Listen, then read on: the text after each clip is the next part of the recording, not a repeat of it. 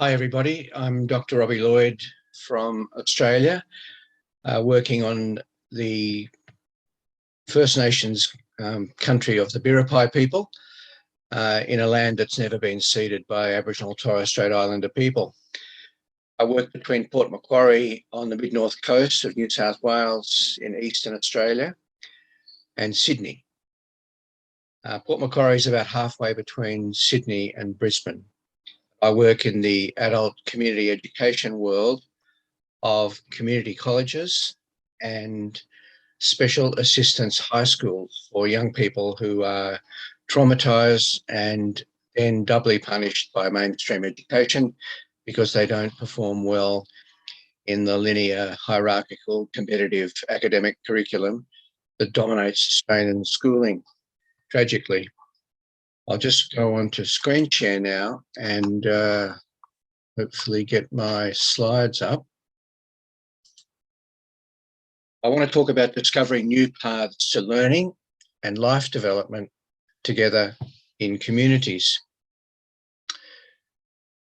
Australia's education and training systems have become obsessed over the past 40 years with the neoliberal competitive testing, marking, assessing and comparing processes, which I'm sure you're all very familiar with.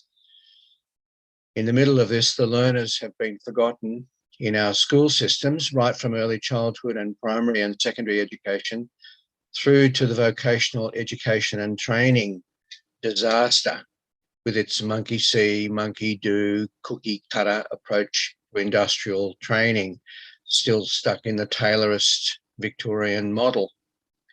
And as a result, Australia's performance on the OECD rankings has declined progressively for years. So the blame is then placed on teachers, not on the system. Meanwhile, parents and principals live in fear. They want the best for their students and their schools, so they comply and they keep trying to satisfy these never-ending accreditation requirements, which keep everybody busy on the treadmill, and no one is able to then question how the system maintains its power. Meanwhile, the students who live with challenges in homes with domestic and family violence, where socio-economic circumstances are very challenging, and many are couch surfing, living on the street, they are seen as liabilities in this system that's focused on outcomes only being successful marks and academic performance. So they suffer the double whammy of seeing to be not being compliant, and they don't add to nice statistics to show that the schools are performing well on the competition table. So they end up getting punished and they're either expelled or they're stuck in a catch-22 of continual detentions. So enter the special assistance high school movement, which is represented by the Australian Association for Flexible and Inclusive Education. They're trying to reform this stupidity. And we use project-based small group learning with holistic wellbeing, wraparound case management approaches, therapeutic crisis intervention when things go pear-shaped, and we inform our teaching and learning to help our students regain their selfhood and their sense of belonging. And this happens through relational learning, a very Taoist approach, which we can monitor and keep records on a daily basis and track how they're going with the things that need to be measured for the system. But we're actually helping them discover their own passions for whatever it is. It could be something creative, it could be something mechanical, techie, music, art, who knows. But those experiences can be assessed in a way that records the formal learning involved, helps them to work with each other in a relational environment, and strengthens our sense of community together. These organisations are represented here in the websites you can find. So I've just mentioned AFE. Community Colleges Australia is another wonderful organisation, which I've been part of for 8 years now, and they work in the adult community education bracket, which is slightly different to American community colleges.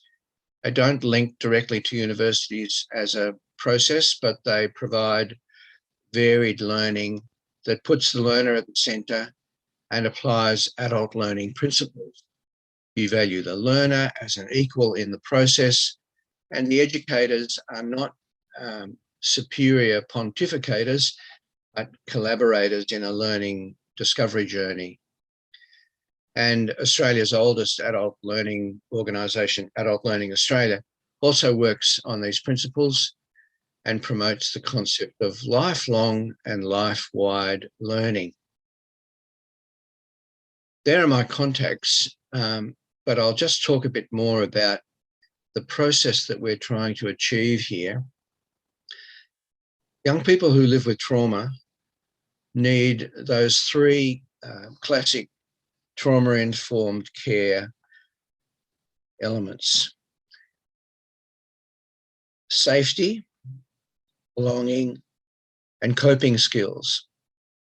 Once those things have been provided and young people know that they're safe to be who they really are, that they are welcomed and they belong and they're going to be loved on their journey of learning, no matter how scratchy they may be, they can then start learning the skills to cope. Their circumstances may not be changing immediately, and so they need those skills to help them develop a sustainable life. But then they can start making choices about how are they able to live following their dreams and realising that there are people around who want to help them realise those dreams. So that's the approach we take, and we work with allies such as those in the Mid-North Coast Human Services Alliance, which is a regional peak body for not-for-profits in the non-government organisation sector in health and human services, looking to assist people who have mental health challenges, drug and alcohol issues, other addictive behaviours such as online gaming and gambling, social and virtual media addictions, all these escape behaviours that young people sometimes pick up in primary school because of their internal suffering.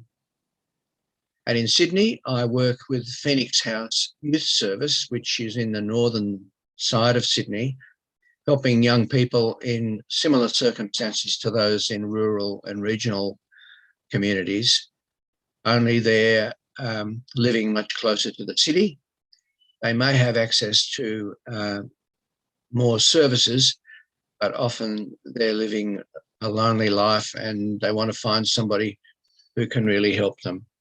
So I hope that gives you an idea of where we're coming from. And so what we're trying to do is to have a community of belonging and a community of practice professionally that can help spread this approach that values the learner first, still work with the system and meet accreditation requirements, but actually celebrate teaching and learning, not just following a compliance model.